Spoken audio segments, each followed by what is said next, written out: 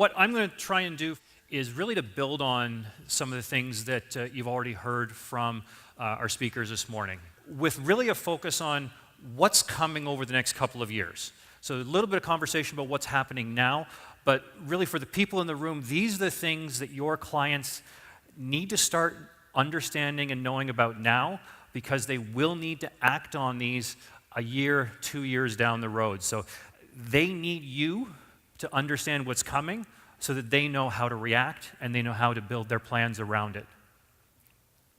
So first up, National Pharmacare. National Pharmacare is not exactly a new topic. The conversation about National Pharmacare seems to have gone up in volume, shall we say, over the last year or so. The question is why now, and is there anything different this time? Pharmaceuticals are a much bigger part of the healthcare system now than they were a generation ago. The cost. Prescription drugs are now a financial burden on a number of Canadians. Public in general, we're hearing more conversation about this current system doesn't work. That's not to say that we know what the right answer and the right solution is, but the current system isn't working, so what can we do differently? As most people in the room are probably aware, PMPRB role is really to set the maximum price for a patented medicine in Canada with a goal to limit excessive pricing. The prices that PMPRB looks at today don't necessarily look at the listing agreements that the products may have with provincial governments. So when looking for reference and comparator products in the future, the net price needs to be the factor, not just the list price.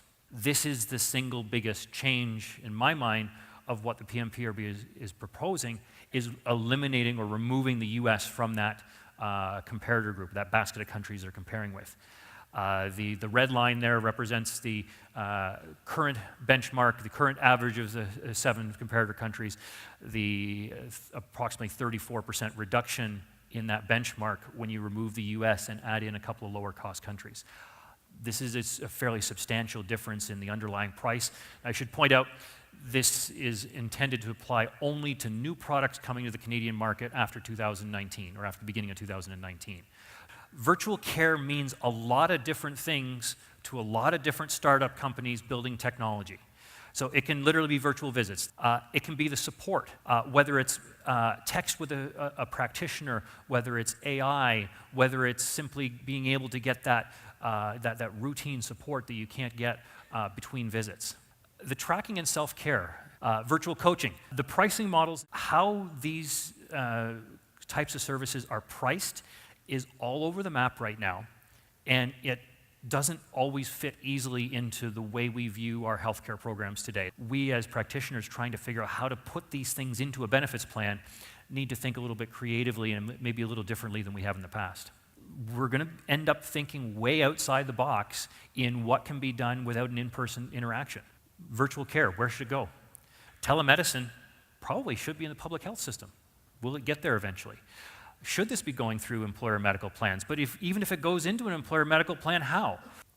So outside influences, artificial intelligence, whether you're talking about chatbots and online coaching done by AI, there's tremendous opportunity from a patient perspective, but also from an insurance industry perspective, whether it's fraud or claims or even helping with case management. Internet of Things. Why can't we have smart prescription bottles? This idea that we don't have to reorder everything, that we're actually getting what we need when we need it because of the interconnectivity. Imagine if our entire medical records challenge could be solved by blockchain. Imagine the opportunities that are there. We've had some of the conversations about new startups. We now have a tremendous number of small companies trying to do different things. We need to be aware of what these companies are doing because they move quickly. And they will do things that are very different than we do today, and we need to be able to adapt and adopt when they're doing things that we can bring into our programs.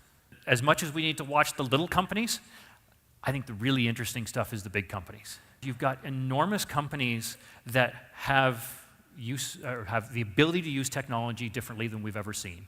They have more data than we've ever seen. They have more money in some cases than we've ever seen. So it's a very interesting and very dynamic, very fast-moving world that's out there right now. But the most important point is your clients are going to need your expertise more than ever over the next 2 or 3 years.